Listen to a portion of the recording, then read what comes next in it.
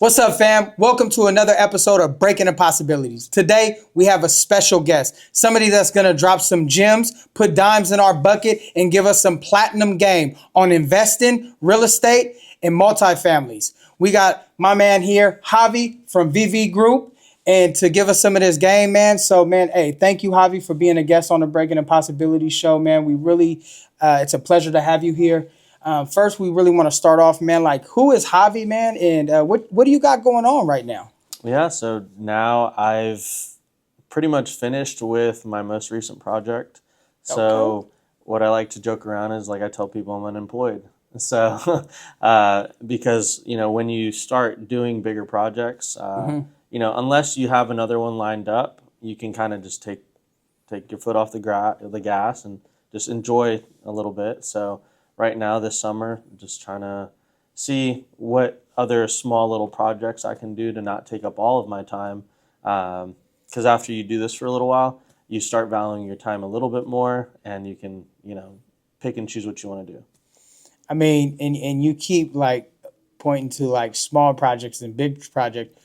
Man, you just completed a huge project, man. I mean, it isn't just like a school science project. Yeah. I mean, you absolutely made something huge happen for you, your family, your legacy. Yeah. I mean, like, share us. What is that project, man? What is it that you do? So the last October, or actually last summer, I found, or my friend of mine, he found a apartment complex that was going to go to foreclosure. Okay. And he was like, "Oh, you should."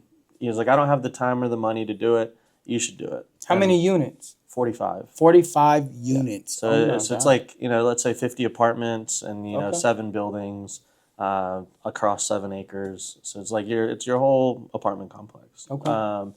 And it was all affordable families, single or affordable family, the projects, So Okay.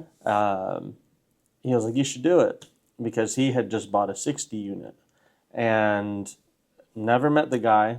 He met him on a Facebook group, and he was like, "All right, you should do it." And I was like, "Well, it sounds good. It's a really good price, but I don't have that kind of money." So then he was like, "Oh, well, all right, I'm gonna just try and sell it on the market." And I was like, "Well, you're my buddy," and I got to thinking. I was like, "Yeah, no, go ahead and make your money." And then I went home and I was like, "Well, how can I make him money and make me money?"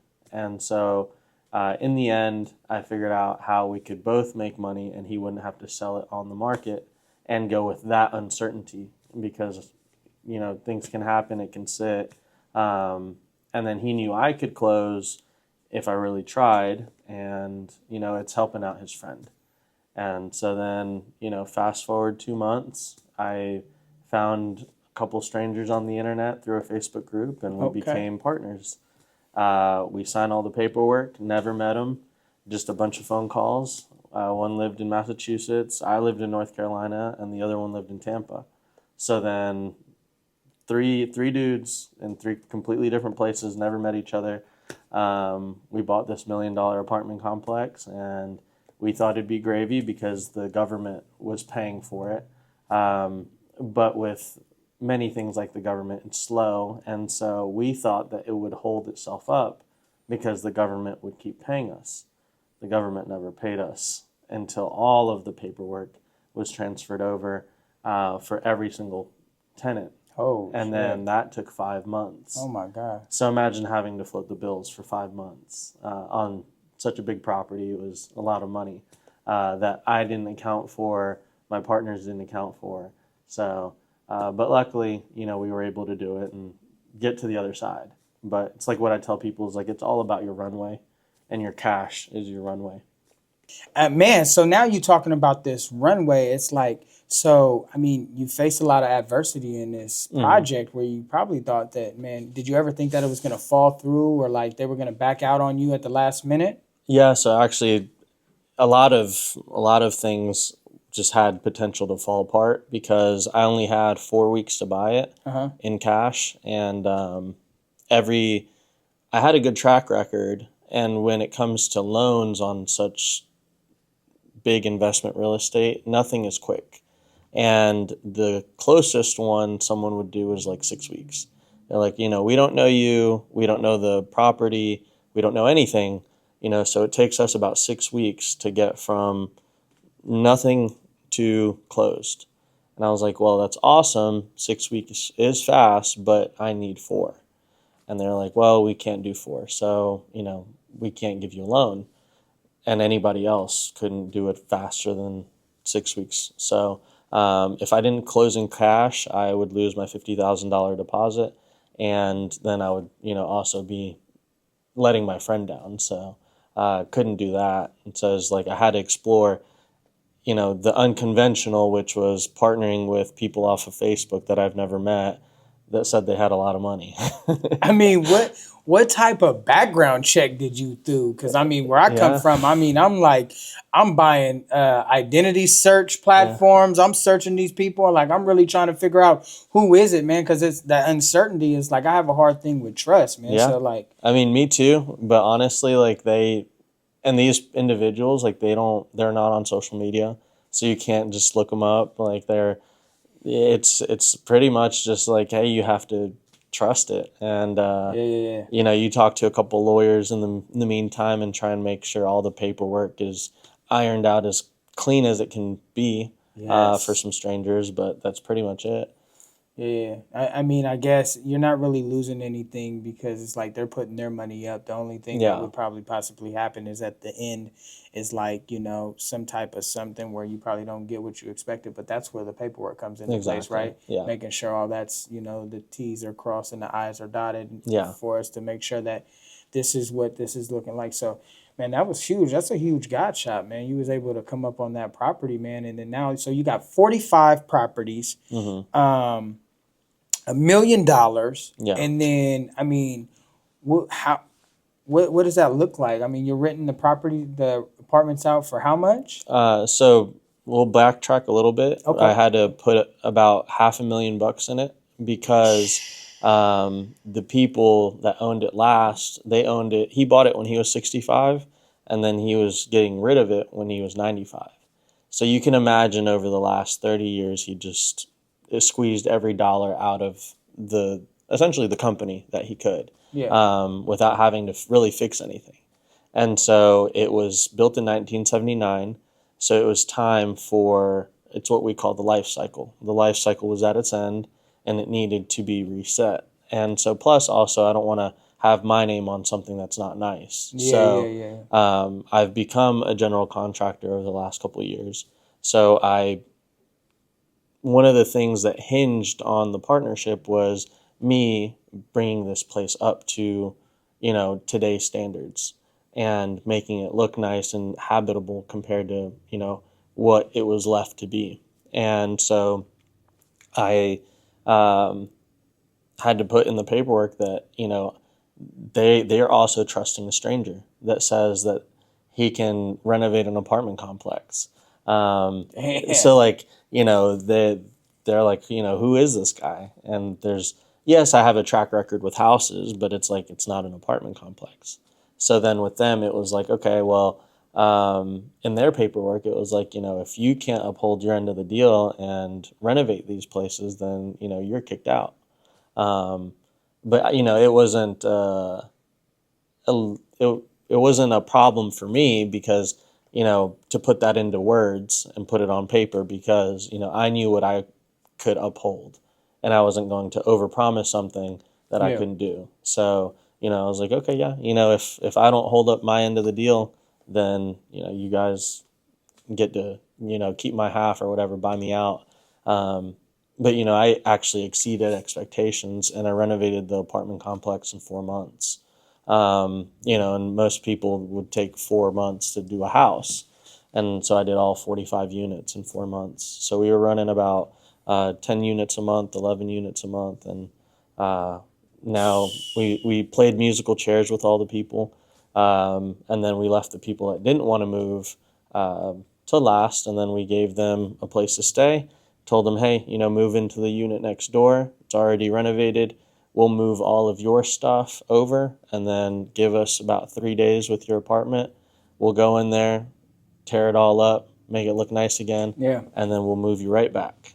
And so that's what we did. And now all 45 apartments are brand new pretty much. And Oh my God. people love it. Yeah. That's huge, man. Yeah. And how old are you? 28. 28. Oh my God, boy. Yeah. I mean, at any point did you feel like, or did you even have the thought of like, man, forget this, I'm about to quit? Yeah. A lot of times because I you run out of money a lot. And my biggest thing was I was poor, so I wanted to be wealthy. So the other side of that. And so I Yeah. thought, by holding on to all these properties, I would become wealthy, and I did. But you can't pay your bills with paper money, like money on paper. Like you have to pay actual paper Absolutely. to pay your bills, and I didn't have that by keeping all of these houses. So that's when I learned, cash flow is better than all of these appreciation things. That you'll have a bunch of money on paper, but and you get rich on paper or whatever. But it's actually nice when you can go out and spend the money month to month to month. Yeah. And then that's what ultimately led me into Section 8. Okay. And Section 8, we're definitely gonna get there, man. Because I know that's a huge part of your story as well, right? It's like that's a lot of the work that you do. Yeah. And then before before you got the homes, what was it that really drove you? I mean, how did you get to real estate? What is it that really inspired you to? Get there? Yeah. Really only ever had two jobs. Okay. Because I didn't start working until I was 18. And then I started working at a food truck place because it was just by the house. And then after that, I would get laid off every winter because it was too cold to eat outside. So then I went to go work at an office, just pushing paper for like $12 an hour. And then did that for about a year and a half.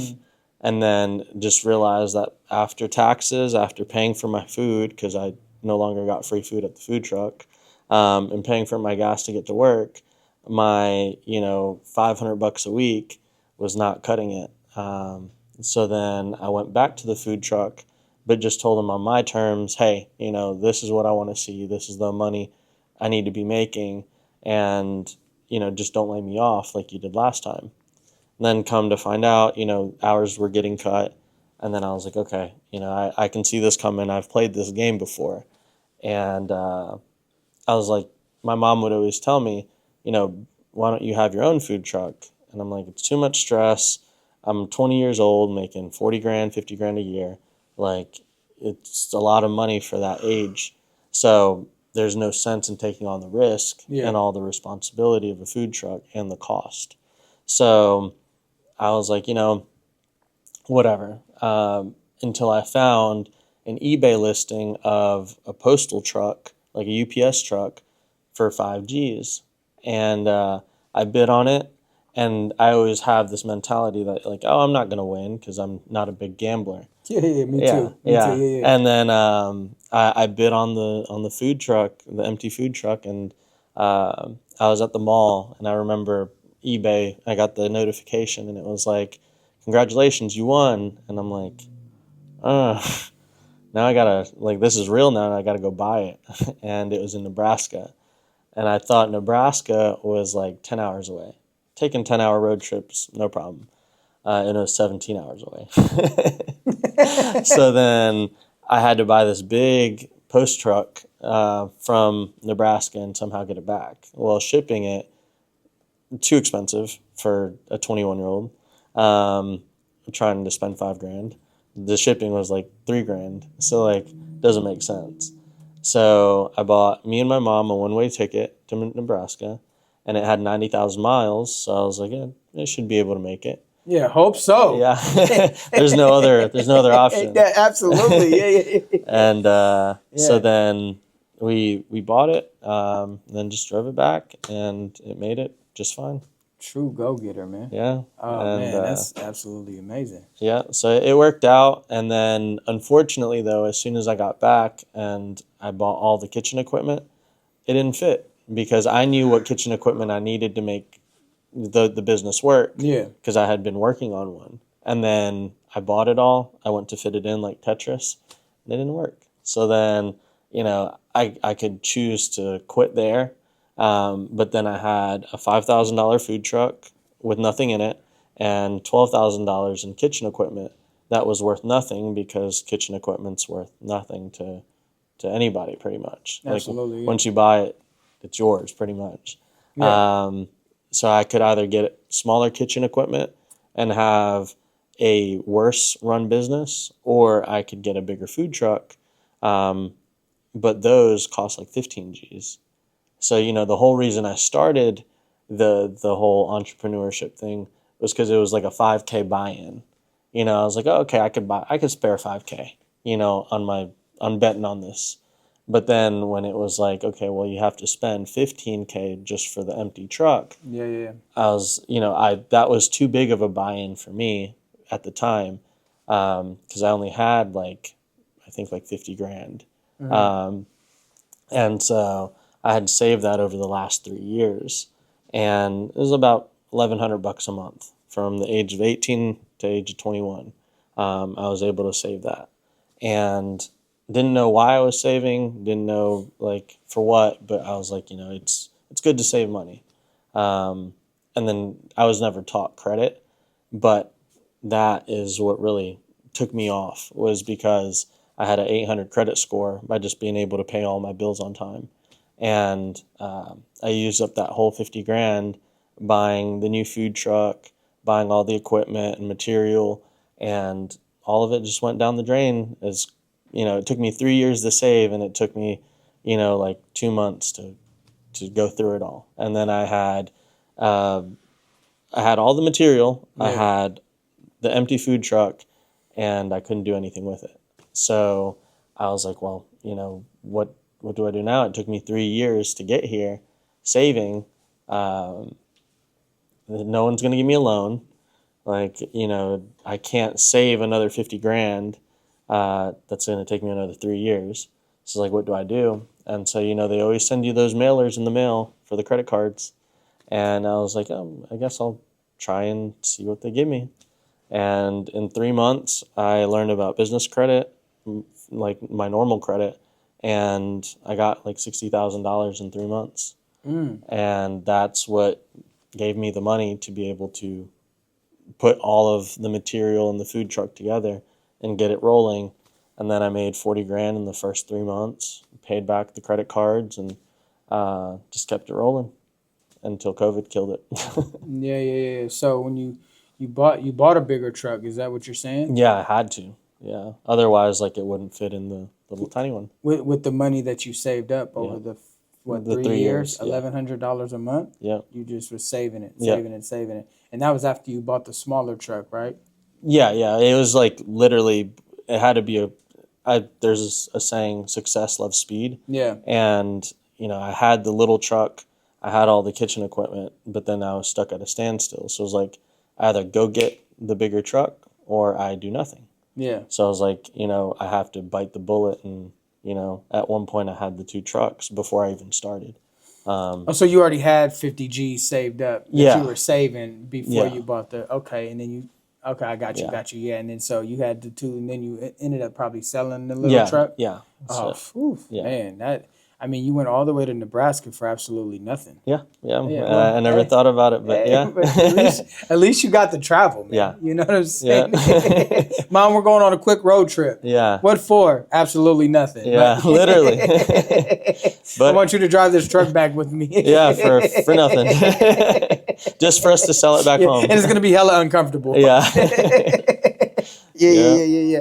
I got you, man. So, okay, that's good. So, COVID. So how long were you running the business before COVID? A year and a half. Yep. Okay. So it took me about half a year to build it.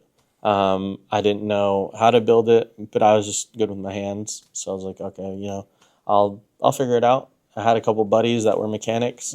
I ended up paying them $10,000, and I was like, let's just put all this stuff together.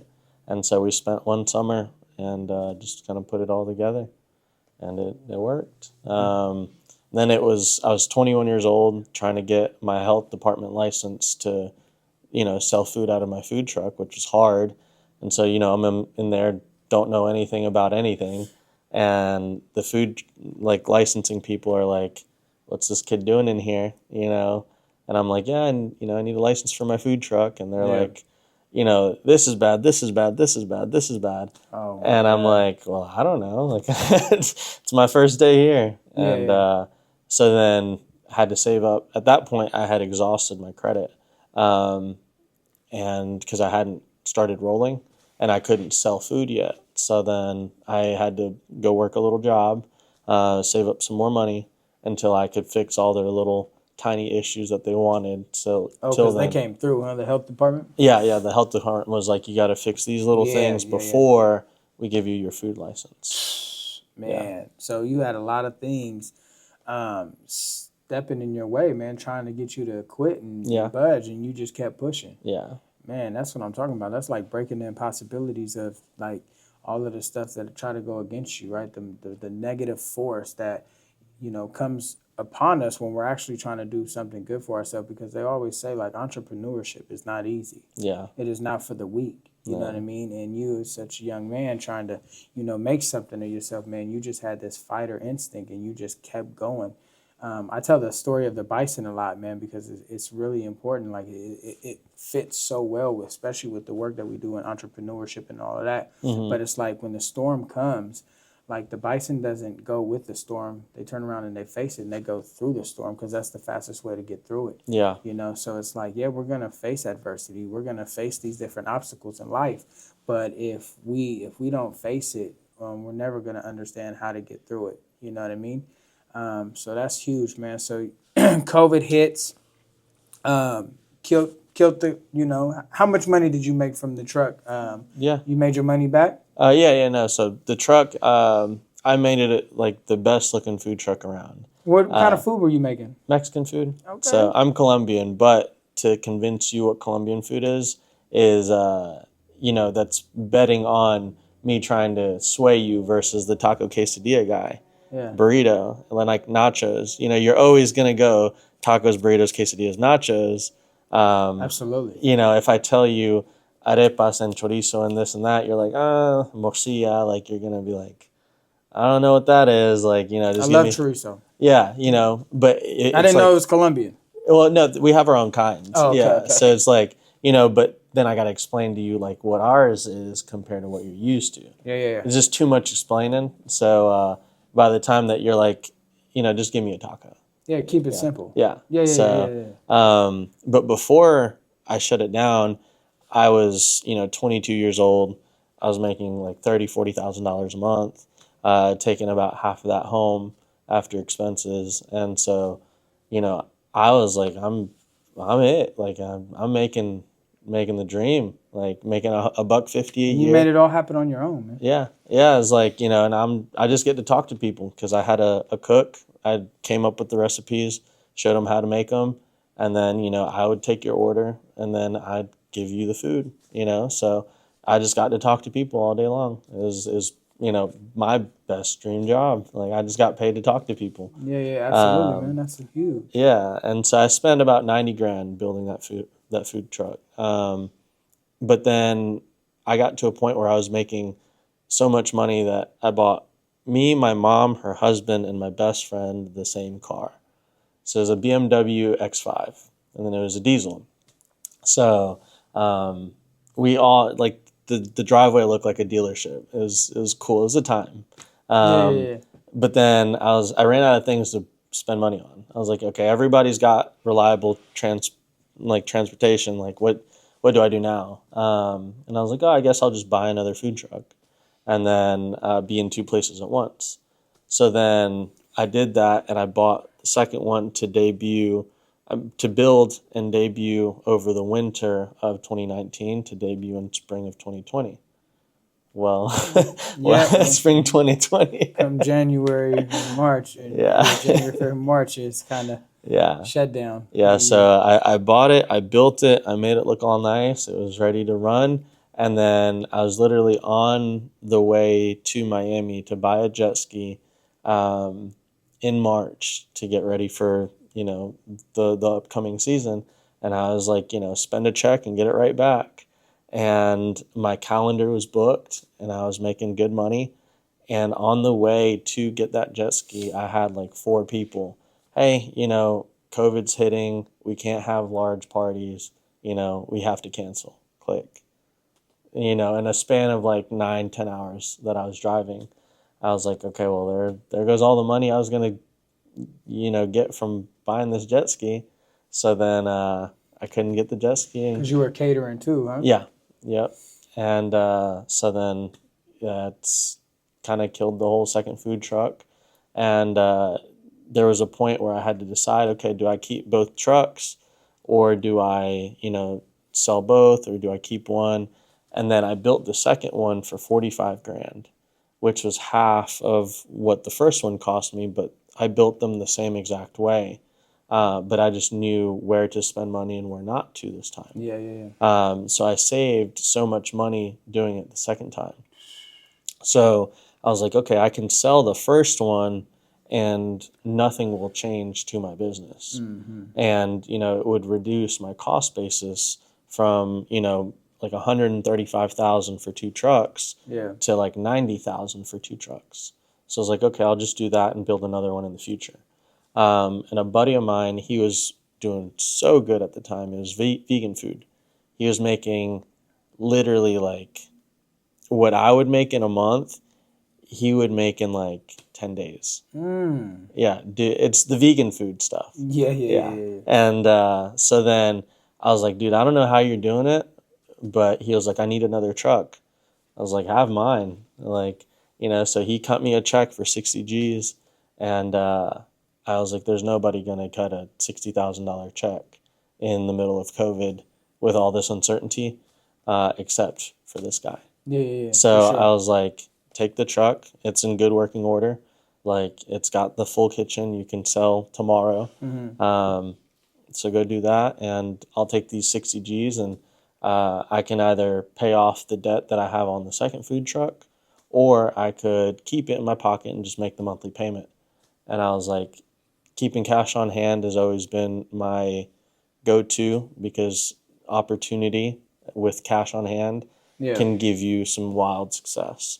And so I just made the monthly payment, and then the 60 G's ended up being my down payment for my first property, which came after like 6 months of learning and articles and podcasts and mentors and just YouTube University, honestly. Absolutely, man. And anybody, almost everybody has a degree from there. Yeah. I remember when it first came out, man, it was just watching, how do you do this? Go to YouTube. Yeah. It's like, how do you do this? Ask Google. That's like, how do you do this? Ask ChatGPT. Like, it's always evolving, But I think, man, that's grinder, man. Yeah. You are absolutely a go-getter. Yeah. You know what I mean? You didn't let nothing stop you, because I know when COVID hit, man, a lot of people, man, hung up the towel. Yeah. You know what I mean? On businesses that they were running successfully for years. Yeah. Hung up the towel. I mean, there's some that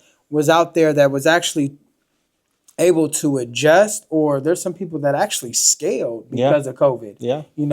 Some people, unfortunately, we lost a lot of people during that time, which was unfortunate. But in the business world, just specifically the business world, some people that lost it, but then there was a lot of people that used COVID to their advantage and actually scaled. I mean, it probably hit you pretty hard. I mean, it sounds like it hit you really hard. I mean, at that point, was that a turning point? Like, what am I going to do now?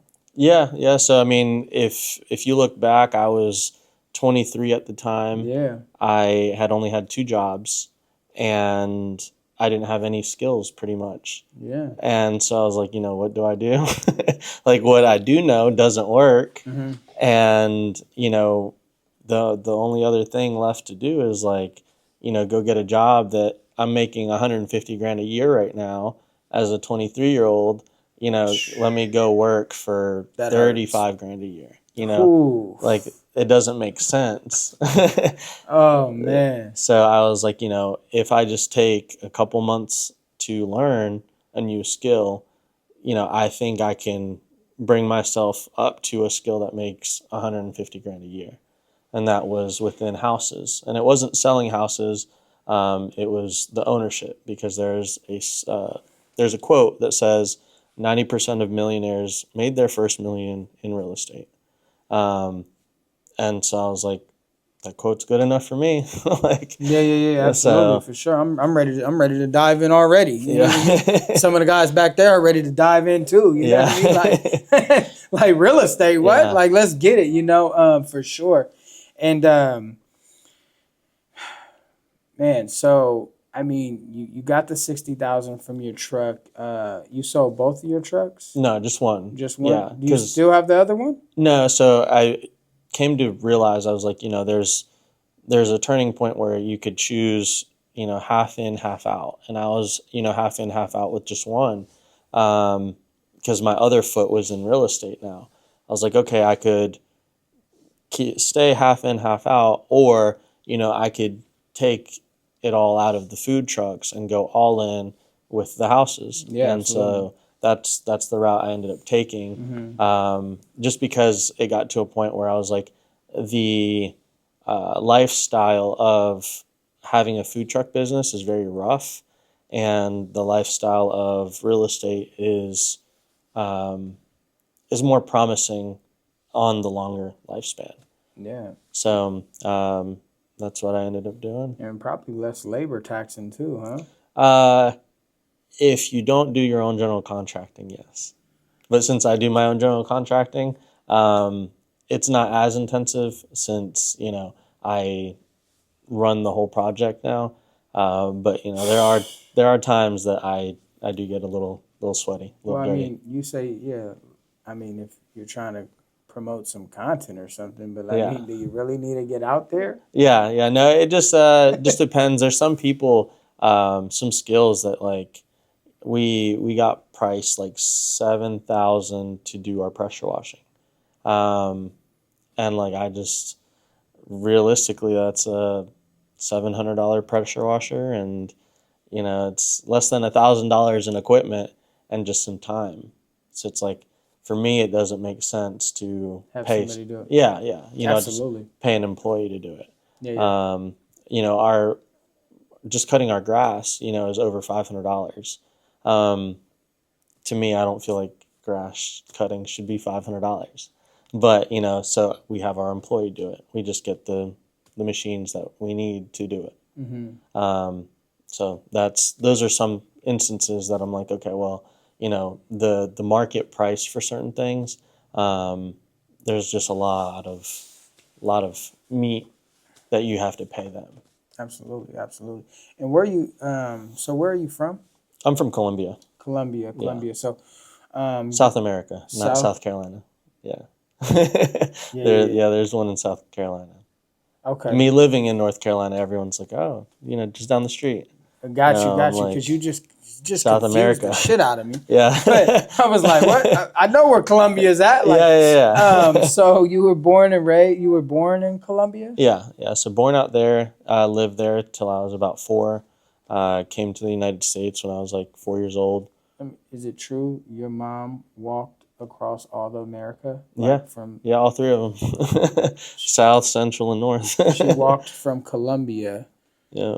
Through Mexico to the United States. Yeah, all 3 of them. Did she take any breaks in between? I think it took us like 3 months. Hold on, talking about us? Yeah. Wait the fuck a minute. Wait a minute, y'all. Before the show, I'm like, hey, bro, have you faced any adversity? Have you gone through anything? Have you faced any obstacles? Just financially, bro, just literally walked from South to North America. Like, bro. Yeah. At how old? So I was like 3 to 4. Yeah. And my mom was like 22, 23. So once he started to learn how to walk, she was like, "We're walking Yeah. to we're walking to the USA. Yeah. We're going to the States. Yeah. Been training you for the last 2 years for this. We're gonna get going immediately. I Yeah. mean, absolutely. Like, you better put them little shoes on." Yeah. Yeah. I remember we had like a little, like I had like, every kid has a plushie. It was like a panda bear. And along the way, like, you got to travel light. So, like, You had to let it yeah, I go. had to let it go. So, Was that your first loss? yeah, that was my first loss. Oh Yeah. man! R.I.P. to the Little plushie, panda. man. Yeah.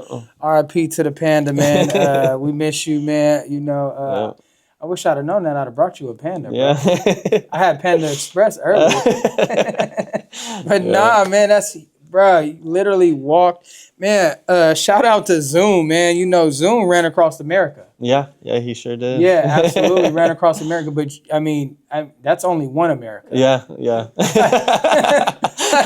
My mom ran across 3. No, y'all did. Yeah, we did. Yeah. You were like, Yeah, like, not 1, not 2, but 3. absolutely, man. That's huge, man. Yeah. So, like, is there anything like? I mean, I for sure losing Panda, but is there anything else that like you really remember like from that walk, man? That's like, damn. So not too much, honestly. I remember getting a tapeworm in Costa Rica. That was, That's rough. yeah, that was some shit. That's rough. But that was pretty much, I guess, like the most traumatic experience. Yeah. Is Yeah. mom still with us? Or? Yeah. So mom's young. She's like 46, 47 now. But she's posted up. She's good. Yeah. Taking care of her. Yeah. Absolutely, man. That's Yeah. what I'm talking about, man. Absolutely. So after you guys, I mean, they make video games about shit like that, Yeah. bro. Like the Oregon Trail, like this is like the American Trail, but Yeah. so I mean, you guys walked all the way from Colombia, got here, and then like what happened? Really, Colombians only live in 3 places Okay. in the United States. It's either New York, Atlanta, or Miami. So, pick your poison. I mean, Yeah. it's not a bad place to pick from, like, you know what I mean? Yeah. Okay. But so grandma was already in New York, so we met grandma in New York City, and over there, the year was 2001. Uh-huh. It was the Twin Towers had just fallen. Oh, so shit. everybody was, on edge, and pretty much the one side of a duplex in 2001 was like $2,500 a month. And so, imagine not being able to speak English, you can't get a job, so it's like you got to work under the table, and you got to pay $2,500 a month in rent, and then you got like a 3-year-old, so like, and you got to eat every day. So it's like it's a bit difficult. So she was just always, she used to, the Walkmans were the thing back in '01, and so she would hustle batteries in the subway, in the metro, because you don't need a license, you don't need a work permit, you don't need anything, but people need batteries for their Walkman. So Mom was low key selling batteries, y'all. yep. Like, I mean, it runs in your blood. Natural go getter. I mean, we're gonna need to get Mom on the podcast, bro. Like, I really want to have this conversation with her. I really would love to figure out what it is that like. I mean, buildings are falling down, and you guys wanted to come to America. Yeah, actually. I mean, I guess it's the American dream. I mean, for me, I'd be trying to get out of America. Yeah. Yeah, no, but back home it was like all the cocaine wars and stuff. So it's like I know, even absolutely. worse. Yeah, for sure. I get it. Yeah. I'm just talking shit because Yeah. I mean, the other countries are definitely they have their own little thing going on for sure. And Yeah. I mean, this is the place to be. Yeah. Absolutely, man. But that's just It is the American dream. absolutely. I mean, you will do anything to get to it. Apparently. Yeah. So I mean, man, that's huge. So upbringing. Was Pops in the picture at all or anything like that? No, he already had his life kind of established, and he was like, I'm not going to walk to another country. And so I get it. I do get it. Like, you know, He's like, yeah. all right, y'all. See ya. Hit me when you get there. Yeah. So my mom was like, you know, I'm gonna do it with or without you. Yeah, absolutely. So she didn't, and I respect him. He had his own stuff already built Yeah, up over there. So, you know, he's just always stayed over there. Okay. Yeah, Yeah. and that's good, man. And then school, Just obviously normal public school. public school, Yeah. graduated high school. Yeah. Any college degrees or anything like that? Actually, was never going to go to college until my boss of the food truck was like, "Oh, I'll pay for you," and I was like, "Oh, because since I wasn't born here, I don't qualify for financial aid and this, that, the third." So I was like, "I'm not going to pay out of pocket to go," you know. So when he said, "Hey, you know, I'll pay for you to go," I was like, "All right, you know, let me do the legwork and figure it out." So did the legwork, enrolled. He cut the check. I had to pay for the books, which there's a lot of money for books and all that other stuff that you need. But did that for about 2 seasons, 2 semesters, and just realized that like I didn't have enough money to just focus on school. So I had to go to school and work, and then that was just too much. That my grades started falling. I was like, you know, and I was making better money than most in the food truck. So I was like, just working for him. So I was like, you know, let me just skip the school stuff. And, you know, I was never passionate about school because I looked at a chart. It's like the 10 top most paid professions. Like top 7 of them are in the medical industry and not interested in that at all. And then the next one was computer science. So like engineering and stuff. You make like $1.20. I was like, $1.20 sounds good. So I was like, all right, you know, after taxes, you make 70, 80 grand, whatever. Yeah, absolutely. They're coming. The Yeah, government so is coming. I was like, you know, I'll go to school for that. But then since I was making good money, just running the food truck, Yeah. I was like, you know, I'll just do that instead. And That's good, man. yeah. Okay. That's man. So, and then you get your own house. You start doing your general contracting. Well, actually, I still to this day rent. You rent. Yeah. So it's crazy. It is crazy. You seen I just fumbled. I'm like, Yeah, wait a yeah, minute. yeah. I actually prefer renting. Yeah, absolutely. Because you ain't got to take care of nothing. Yeah. You're already managing all this other stuff. Yeah. Like I'm not about to. Yeah, no, I Yeah. get it. I own a home. Yeah. And I'm like, Yeah. entrepreneurship's hard. Owning Yeah. a home is hard. You know what I mean? Yeah. Like, period. Honestly, I think that owning a home is a luxury.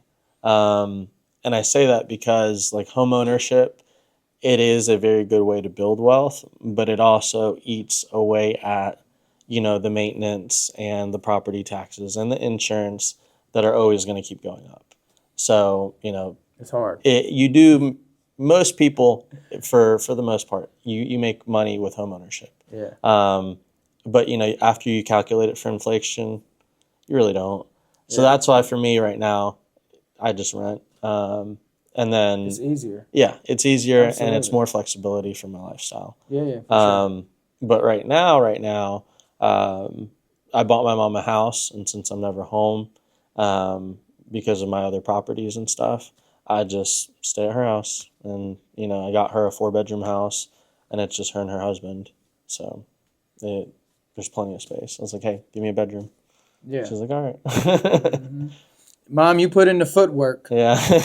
to get this home. So Yeah. absolutely. You know, shout out to moms, man. Yeah. And you know, so I mean, just a little bit more about you too is like, man, so you run your own general contractor. Yeah. You do real estate. Mhm. And then investing in real estate is huge, man. What would you tell somebody, man, that is like coming from a similar background, you know, that is struggling with not even knowing? Like when you were younger, did you even think this is what you would be doing? No, I didn't. So it's crazy because the name Javier is it literally means like the owner of houses. And my mom would always tease, like when I was younger, she's like, "Oh, that's what your name means," and I'm like, "Well, we don't even have a house. Yeah. Like, So like home ownership was so far away from like my mentality that like, she'd be like, yeah, your name is owner of houses. And I'm like, but we don't even have a house. Owner of houses. Yeah. So like, why are you telling me this? Like, we don't have a house. Like, and you're telling me I'm going to own houses. Like, let's be real, Mom. Like, we're poor. Like, Yeah. and we just live in an walked apartment. Yeah. Like, we live in an apartment. Yeah. So I was like, I'll just do my little job and, rent my little apartment and that'll be life. Okay. And then, the food truck stuff paid pretty well. So I was like, oh, I'll do that. Yeah. So it was never really about like what I enjoyed 100%, but I was just would do the things that I could find enjoyment in that happened to pay well. So like I really enjoyed eating, didn't enjoy cooking because my mom was never home to cook and I never cooked. I was an only child. So then, I was like, well, if I'm around food trucks, I get to have free food. So Gotcha. that's the reason why I had the food truck. There's always a motivating factor for Yeah. you. Absolutely. Yeah. It's always like, what can benefit me, but also how can I benefit from this, and Yeah. how can I help? And that's good, man, because that definitely helps, and it really helps enjoying something that you do. Yeah. You know what I mean? Especially if the food is good or the business is good or whatever it Yeah. is, as long as you're getting fed, in a sense, right? But like, as long as you're getting fed to, where you're able to enjoy something, it's always helpful to, push that needle forward. And I mean, look where it got you, Yeah. right? 28 years old, you own what, 4 properties? One Yeah. of those properties has 45 units. Mm-hmm. I mean, and what is it? Probably what, like $1,000 a unit on Yeah. 45 units. I mean, and then the mortgage is, I mean, what, absolutely like affordable, right? So since we bought it in cash, Yeah. with the partners, we didn't have one. So it made, the process really simple. Because, you don't have to pay nobody at the end of the month. Yeah. Except for like your normal bills. But now, and this is the power of real estate, is there's financing. And it's the best financing that you can get. It beats, any financing for any business Is what, because real estate? yeah, is real estate because you get to touch it, see it, smell it, breathe it, and banks love that. So we're gonna be able to pull 70% of our money back out of it. And if you take $1 and you make it into two, and then they give you back 70% of $2 versus $1, you get your money back and some. And then that's really where I get paid, is when we get our money back through the cash out refinances. So, I might only get paid once a year, but, I'll make a ton of money compared to, and my benchmark, and everyone has their own benchmark, is like I knew I made it when my mom used to make 30 grand a year. And when I made 30 grand a month, I was like, okay, like, I'm good. Like, I'm, I'm set. Like, I don't need to make 100 grand a month. Like, it's cool. I've done it before, but like, I'm good. Like, Absolutely, man. you can keep going and it's fulfilling, but like, it's just numbers on a screen at that point. Man, that's huge, man. Yeah. You're doing a really good job, man. You're doing great work for your legacy, Yeah. for your family, right? And most importantly, man, moms, Yeah. right? And I think that is, that really is a notion to who you are, because of her, Yeah. right? And I really wanted to get into something too, is about when, so before we get into exactly what it is, that, so now you're coaching people, or is that something that you like are trying to venture off to, is like show people how to step by step make this happen for them? Yeah. So now that the project is finished and I have some more free time and I can travel and meet wonderful people such as yourself and Zune and I appreciate that, man. everybody else, like, I can take the time to actually figure out how to help people better, because everyone loves real estate, but Yeah. it is a very daunting task to learn how to buy a house, learn how to buy it correctly, navigate the problems that houses have themselves, or maybe the title's not clean, a couple of people own it. So it's always a lot to learn, and really that's what took me to making millions of bucks is learning how to navigate every single part of it over the last 5 years, because it takes so many little moving parts to pull together an apartment complex. It's not like something that you can just learn how to buy from night to morning. Um, it took a lot of different moving parts to learn, just pieces that I would learn along the way that I was able to piece together to make that happen. Because if I didn't own the knowledge to just know one little piece, it could have all fell apart. And you're ready to walk people through that, man, so they can make this passive income, Yeah. build a generational wealth and legacy for their family as well. Yeah, and my biggest thing is like, if I walked here and like my tenants have more my tenants have more assistance than my own mother growing up. Yeah. Like the owner of Starbucks, he got started and his mother was on housing assistance. He lived in Section 8. Yeah. But unfortunately, my mother and I couldn't even live on Section 8 because that's reserved for citizens. Yeah. In the paperwork that I fill out with my tenants, one of the requirements is you have to be a U.S. citizen. And, I didn't even have that luxury growing up. So we couldn't even get housing assistance. So that's a big thing for me now is like a lot of people say, oh, well, I can't do that. And I'm like, if I could do it, like you can definitely do it. Because just being born here, you have, immensely more opportunities. Absolutely. And then you get with the right people, you can really take it somewhere crazy. Yeah, definitely. America is not if one of, but the laziest place in the world, right?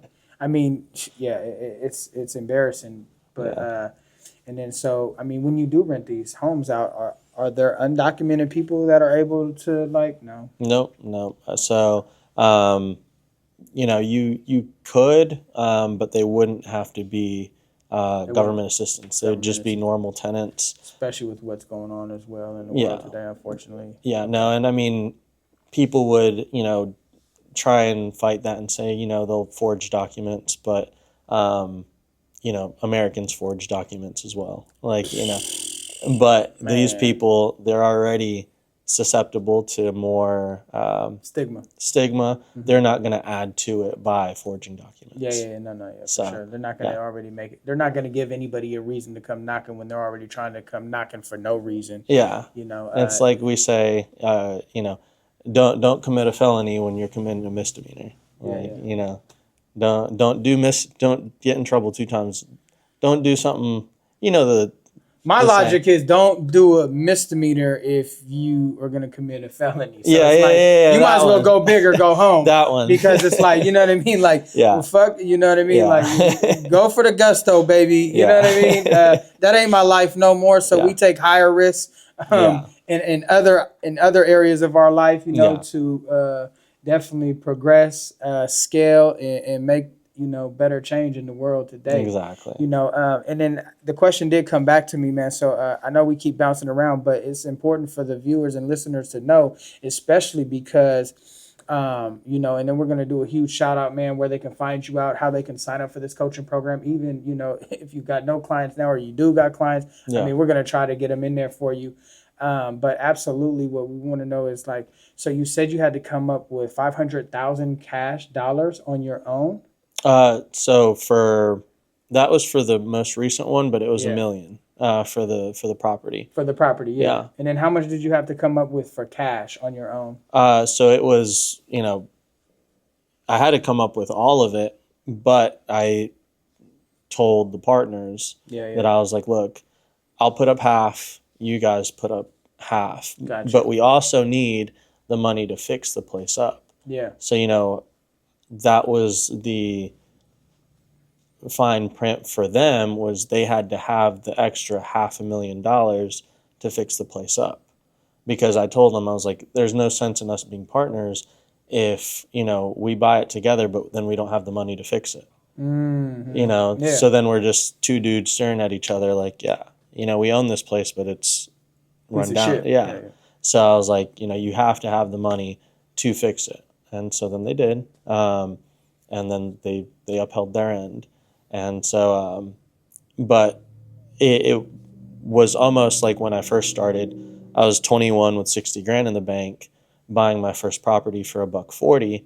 I thought I was hot shit, but, you don't even have half the money. And back then, 21 years old, 60 grand's a lot. Yeah. But, when the title company is telling you, hey, send us over the next 80, Yeah.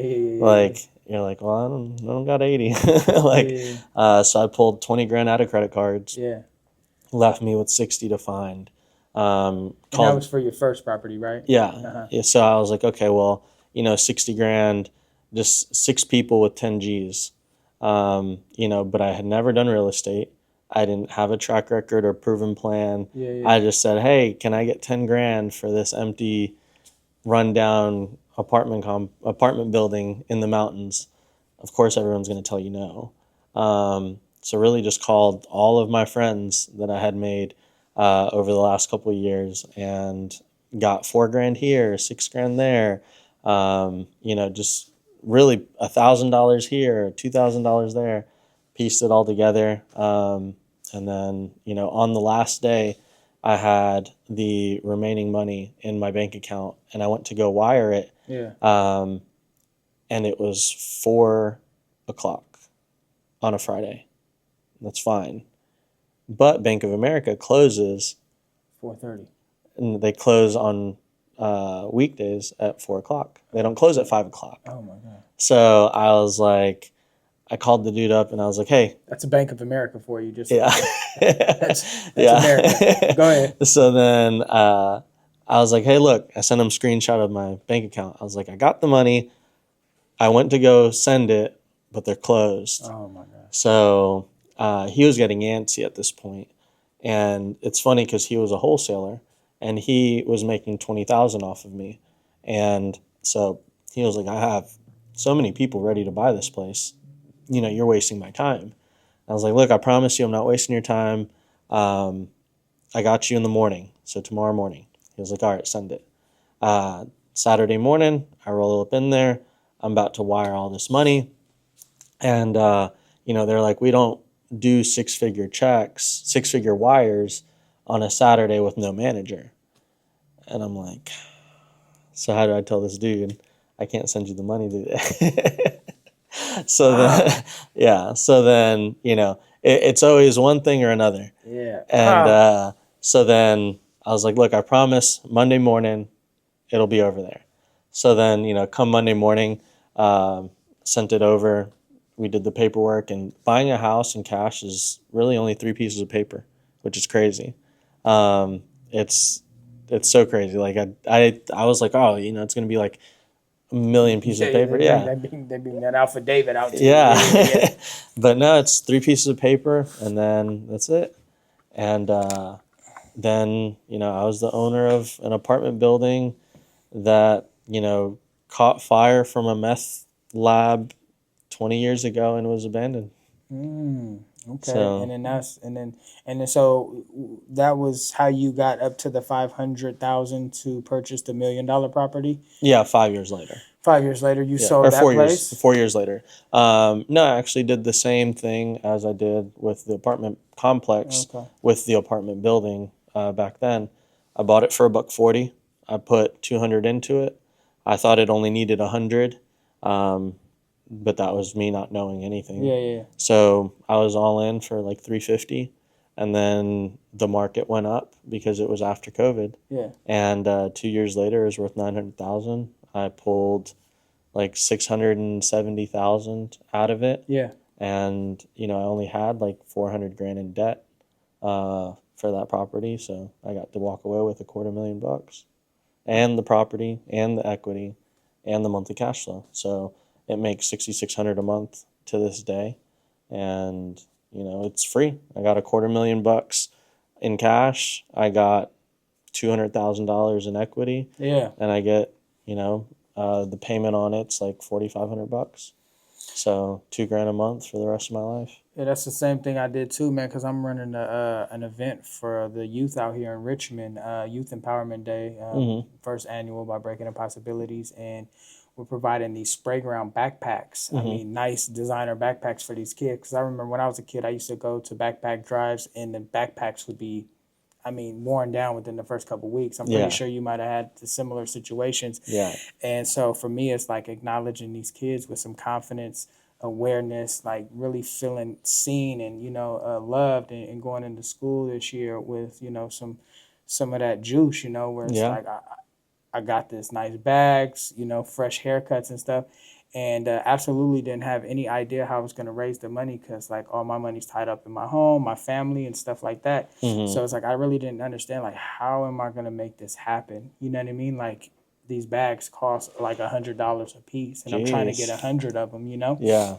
And so I just started doing the same thing, calling people like my friends and reaching out, getting $50 here, $100 here. Like when the goal is so, like for me, it's like $10,000. It's very minimal to 140,000.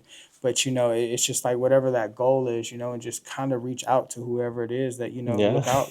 So it's like, I mean, I walk around with the flyer with the barcode, like asking people, like, "Hey, man, are you interested in this movement? Man, let's help these kids, be seen and heard. Scan the QR code and all that." And I get Yeah. some people that are like, "Oh yeah, absolutely, I'm down. Hey, I got school supplies. Oh, I got this." Yeah. So for me, it's always giving back to the community. And so now back to you are able to you know how to raise the funds, get the properties, understand the process of investing in them, and then pulling out, refinancing, and purchasing more properties to continue to scale and grow and make passive income. And that's something that you are teaching people. Correct. Yeah. Okay. And then so like where does somebody find you to obtain this information or even sign up for anything like that? Yeah. So you can find me on all the social medias, YouTube, uh, Instagram, Facebook, all that stuff at Javier Olano, Javi Olano, whichever one. Okay.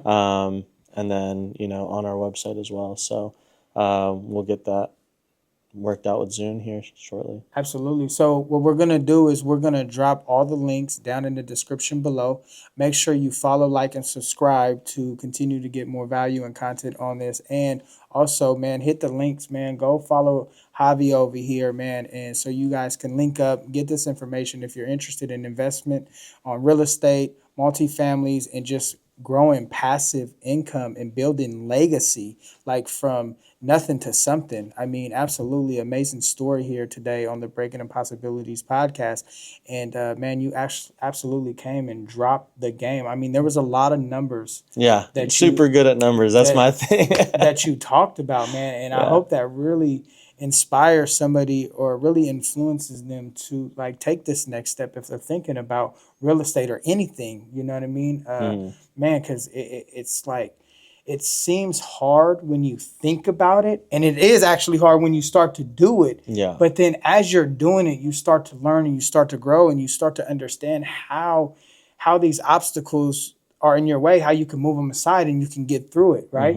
And you don't have to go through all that, man. If you hit my boy Javi up here, you know what I mean? Hit the links down below and he'll show you how to get through all of that without having to go through the trials and tribulations he did. He will give you the blueprint and map it out for you just so you know that you can make it just like he did. And I think it's super important that, man, we get these people on your team, man, because like you're going to help a lot of families. Yeah. You know what I mean? And it's super important, man. So, hey, thank you again, man. He is a true testament to anything is possible. I mean, walking from South America through Central America to our America, and we were able to make it, man. You were able to make it. Mom, shout out to moms, and absolutely turn this lifestyle, man, from a dream into reality. Yeah. So, man, that's huge, man. So, thank you Appreciate it. again. Yeah. No. Oh, I do have one more question for Yeah. you. What does breaking impossibilities mean to you? Yeah. Breaking impossibilities to me is really just you can put yourself in any room and you try hard enough and you try it enough times, you get the confidence to actually go and do things that are not the norm. And that's me being a young Hispanic man in a white dominantly field. Yeah. And most homeowners are 40, 50 years old. And I was a homeowner with an apartment building in 23 years old. So you cut that time in half and then learn how to fix it up a little bit, and you can make $250,000 off of just one house. And that's really you know impossible to make $250,000 off of one place. But I've done it time and time again, so it's like it's not impossible. You just gotta know how to do it, and you can figure out all this stuff on YouTube and for free. But it's just if you help a couple other people, paying them with your time and money, they'll help you get there much faster. Absolutely, man. So yeah, appreciate that, man. Yeah. Thank you. And man, continue to be legendary and do what you do, man. Yeah, I Absolutely. appreciate it, man. All right, for sure. Absolutely.